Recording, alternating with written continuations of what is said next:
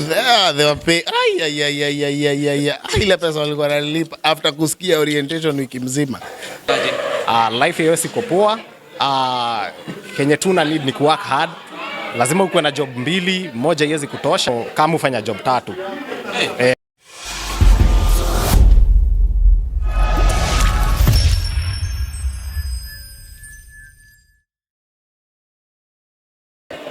Yes, mambo vipi ladies and gentlemen, welcome to Mkenya Marekani. This is a platform where we educate you and as a matter of fact, a lot of people have been asking me, how can I come to the US and become a student, you know? So today we'll be having a one-on-one with a student who has graduated in two things that you are interested in. One, being a student in the US, and number two, everybody is interested in healthcare, yeah?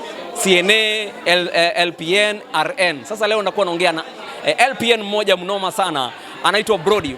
My guy, you guy my guy. Karibu sana. Asante sana. Umevalia gwanda rasmi.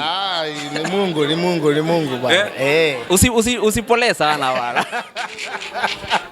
Hizi kitu hii ni kitu kidogo sana. Yeah. So maybe introduce to us who you are first. So my name is Brody Getahi. I live here in Washington. I live in University Place. I'm your neighbor. Yeah. Sorry about that. I'm also, I just finished my LPN. That's why I was saying very small, but I thank God. It's been 2.5 years. I just graduated from Clover Park Technical College.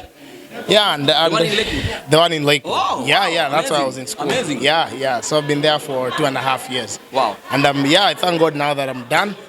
And probably, maybe, nimeambiwa nisiachie hapo, so very soon tena labda ndakuitia graduation ingine within 1 to 2 years. Yeah. Wazi, amazing. Now, you know, coming to America is not easy, and people wanadhaningi when you come to the US, you'll just roop. Yeah. Come away, for instance, you graduated in USIU. Yeah. So nilikuwa Kenya, nilikuwa USIU. I graduated in 2015. My Bachelor's of Arts in International Relations, Peace and Conflict Studies. Then I came here, I changed my career, nikaanza shule nursing school. So the thing is, in the US, things are very different, and that's what I was saying like earlier on today. I feel like with the immigrant community and Kenyans here, the nursing career is very rewarding. And the other thing is also you have to have a calling. Like myself, when I came here, I started as a CNA. A CNA is a program where you do, you go to school for one month and some places 1 week. Yeah, and some places 1 week clinicals, and then now you start working with older people, whatever. And then now that was a stepping stone. Venye nikaingia, encouragement through friends and na family. Nikaingia sasa shule. Imekuwa journey because I've been working and still I've been working 2 jobs and still going to school. And I thank God that I'm done, and on to the next one. So my question was, you graduated as in the USIU with the course you told us about. Yes. Why didn't you continue with that here in the US? So the thing is, here in the US, I told you, I've worked for Greenpeace. I told you, I worked for BCU for 1 week.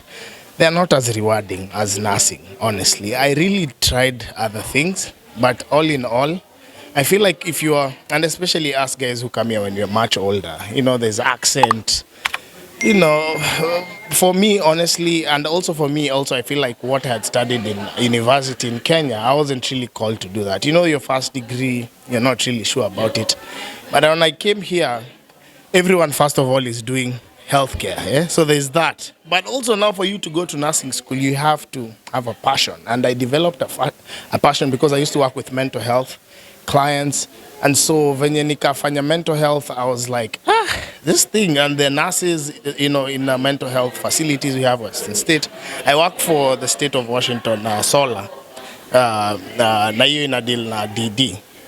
So through that I developed a passion, and eventually, in fact, my goal is to work with mental health, you know, clients. And so here the thing is, mambo hiyo ya degree yangu si rewarding, honestly. Hailipi vizuri, mostly, you know, white collar jobs. I don't know. I tried. I went for I told you orientation at BCU for 1 week. I was like, it's not worth it. It's not worth it. Yeah. So there's a very big challenge. Yeah. First of all, when you immigrate to the US, because of the cultural difference, like most people say, the first 2 years are for discovering yourself. Yeah. You get lost in America. True, in fact, trying to discover yourself, what you'll do, you are maybe somebody big in Kenya, you have to drop that and start from upper chini. Yeah, like me, I used to have my own car, in Kenya. When I came here, I had to start. I used to use the bus. You really have to humble yourself. The thing is, in the US, you really have to humble yourself. Usikuje na hizo status zako, sijui umetoka wapi, sijui wewe ni nani. Hapana, achilia yote, anza afresh huku, because it's a new country. You start afresh, and I believe with God, everything is possible, because mali amenifikisha na najua nini mwanzo. Ni God. So I just think for most immigrants here, and for me to talk about me, I feel like healthcare is very rewarding, especially for immigrants, and especially after COVID, there is a shortage for nurses. Wanazangadi ukienda clinicals, they are telling you, hey, we can hire you before you even finish school. Like, there's really a need for nurses here. So I feel like the nursing career here, especially for the Kenyan community, and in fact, in our class, almost half of the class were immigrants. So not like Native Americans, but like people from different parts of the country, or different parts of the world, who are doing nursing because we see the need, So, and again, there's the story for odd jobs, but I feel like, a job is a job. Again, you have to humble yourself. Whatever God has blessed you with, anza hapo chini, tuendelee tukipanda juu pamoja, na Mungu atatubariki. Yeah. So you told me something like you are a banker in Kenya. Here you went into a bank a little bit. Yeah. So let me ask you, is there like a paperwork you had to do for certification, something like, because a lot of people ask me a lot of those questions, like nikiwa banka Kenya, America naweza kuwa banka, nikiwa askari Kenya naweza kuwa America askari. So actually the thing is, they wanted me to work with Africans, because BCU in Takwila there are lots of Somalis. So, but I had to give them my paperwork, yes, from Kenya. But the thing is, remember, my degree is American, USIU. So with that background is what I ended up applying. But again, honestly, they were paying. Ile pesa walikuwa wanalipa after kusikia orientation wiki mzima. I was like, and I have a friend. Taja ni range. Ni watu wajue. Ilikuwa pesa kidogo sana, hata sitaki juu, enda Google uone. I have a friend, nikifanya hizi job zote nikijaribu, a friend alibaki kwa healthcare. Hii time yote nilikuwa na hustle, I was really hustling, doing this and this. He remained there, and he was telling me, I used to tell him, hey, should you try this thing, because he actually had studied masters in Kenya. So eventually one day he wanted to buy his first car in America, so I took him to the dealership. So kwa dealership, I'm telling him, because it's your first car, chagua a cheap car, Toyota 3,000, 4,000. You start small. I was in car. At that time I had that Toyota Corolla 2000. So nikasikia nataka Jeep.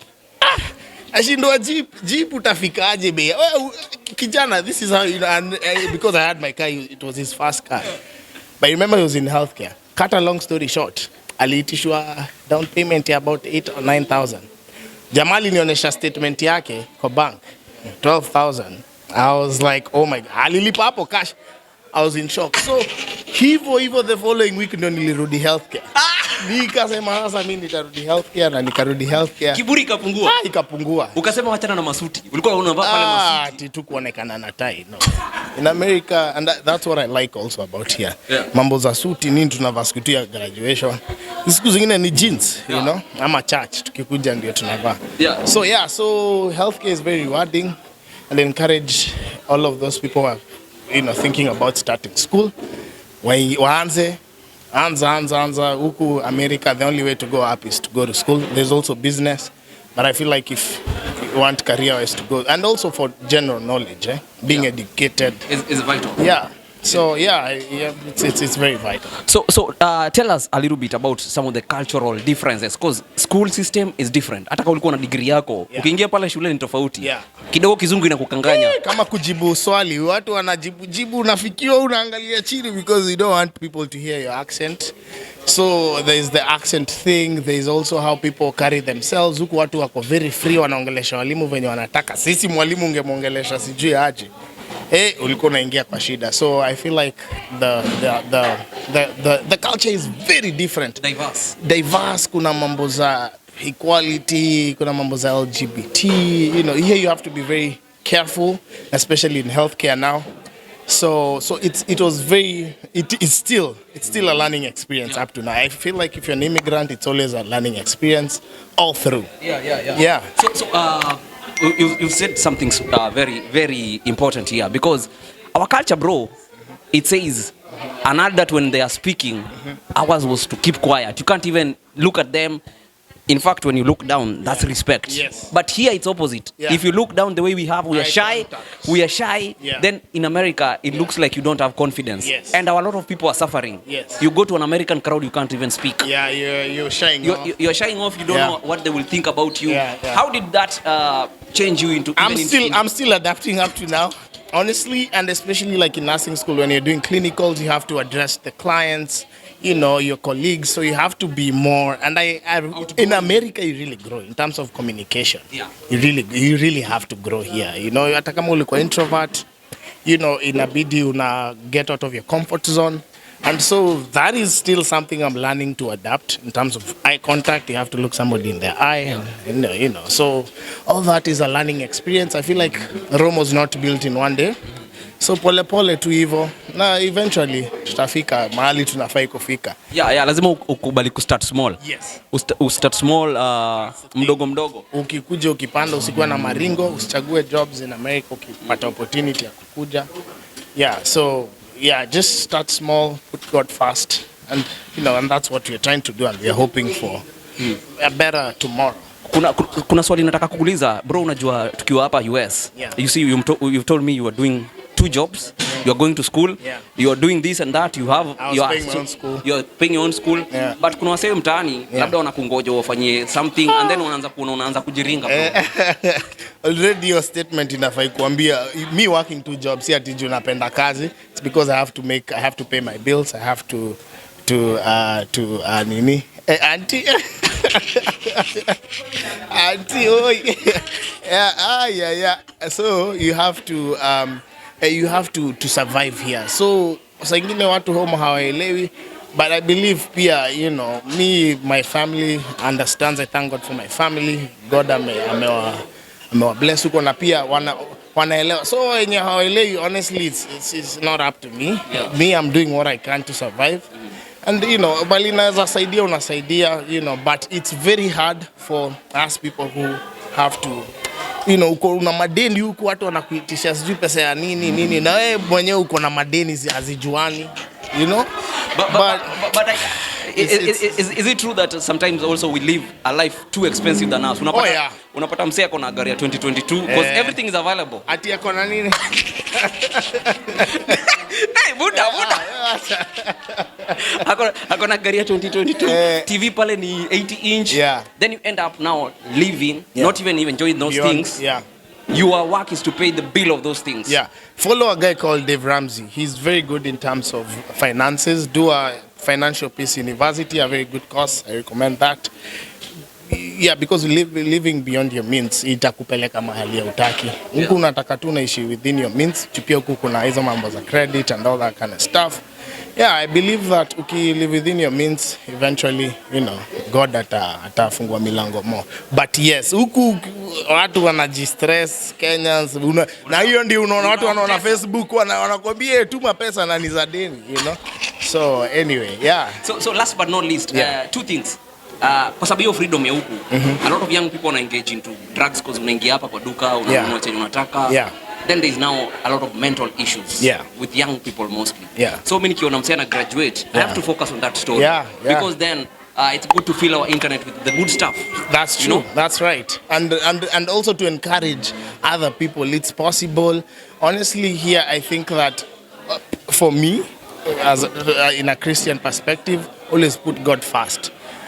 Mambo ya church, ukikuja kama ulitoka Kenya huko ulikuwa unaenda church, unakuja huko unaacha kwenda church. Hizo ndio vitu zina feel zina lead towards it. So huko hata kama try find a church yenye unaweza try ku engage kama wewe ni Mkristo or whatever, try to engage na activities. Kuna a lot of Kenyan activities, especially wakifollow channel yako wataona there's always something happening like every other weekend. Na ukijikeep busy, I believe hizo ni vitu zitafanya usi engage in like drugs. Like for example, school kept me very busy, and now I'm even thinking of what next, so sina time ya ku abuse drugs ama you know what I mean. So yeah, keep ourselves busy. I feel like an idle mind is a devil's workshop. Try and engage yourselves in activities, Kenyan activities or whatever, and God will bless you. Yeah, thank you. Thank you so much. All right. Yes. Subscribe to Kenya American. Guys, ladies and gentlemen, usifinye kidude bro. Leo niko na director hapa. Anaitwa Dof, msalimia. Dof, kuja watu kusalimia hapa. Salimia watu. In case you are wondering, huyu mtu wa Jeep. Mtu wa gari ya 2022. Salimia wase bro. Mambo vipi? Fiti sana, unasemaje? Tuko kwa site. Tuko ndani. Haya. So karibu sana bana. Unajua wewe ni supporter mbigi wa Brody bana. Sana. Moyo wangu sana. Tunakusindikisha. Oh yeah. Graduate kunizindikisha wapi? Kugraduate na kugraduate. Wengine. Naelewa. Yeah, iko sawa. Kabisa. So life ya US inakupelekaje? Life ya US iko poa. Kenya tuna need ni work hard. Lazima ukuwe na job mbili, moja iwezi kutosha. Wazungu huko wanafanya job moja, but kama ufanya job tatu. Cause job moja unajua sasa ni kama ya matumizi nini, hizi zingine mbili za so hizi job tatu mtu anaweza kujiuliza unafanya in 24 hours ama Yeah, mi nafanya nafanyaga mostly nafanyaga 22 hours, nabakisha 2 hours. Ya kwenda, 1 hour ya kwenda mali naenda, 1 hour ya kwenda ya kurudi. Asubuhi na jioni. Unalala saa ngapi bro? Saa hii mama nina kulala. Sasa mali nafanya job usiku haikwagi ni kazi hard sana. So muweza kurelax nini. So ndio naweza kufanya mchana job vipoa. Wow. Yeah. That's amazing. Yeah. That's amazing. So unaweza ambia msee mwenye anataka kwanza kukama hapa US. What is that main advice unaweza kupatia msee? Venye naweza advice msee ni ati venye anaweza kuja ama No, like once you're here, like so the things you didn't do when you were new, what can that person do to make their life better? So once you're here, you get to hear a lot of advices, but lazima uenquire vitu mob ndio kuja kujua venye venye njia zenye utapitia ndio ufike mali unataka. Juu kuna opportunities mob sana, like wanasemaga in land of opportunities, but sana more advice watu waingie kwa healthcare. Unaenda unajaribu healthcare, ukiweza, ukisikia ni poa unaendelea, usiposikia ni poa unatafuta job nyingine, but sana healthcare. Yeah. Hapo sawa. Najua utakam kupiga interview yako vipoa, fresh barida. Kabisa. So thank you so much my guy. Kabisa. Yeah, for stopping by Mkenya Marekani. Nashukuru sana. Subscribe kwa Mkenya Marekani. Wasi wanaweza kupata wapi by the way? IG sasa nipata kama Doflix. Hiyo ni DOPHLIX. TikTok pia unaweza nipata Doflix, na Facebook bado Doflix. Kila mahali ni Doflix. Watu ndio wakusumbua, watesi wa mji. So guys, ladies and gentlemen, make sure you subscribe to Mkenya Marekani. Now, this is the platform where we bring you all the news. Tunachanuana bana, we see stuff that are trending, but also information and educational stuff is very important. It's very key, because you'll never hear a story being told by a Kenyan to a Kenyan like it happens here. Ama namna gani? So support us, don't just be a subscriber, watch, like and share. Peace.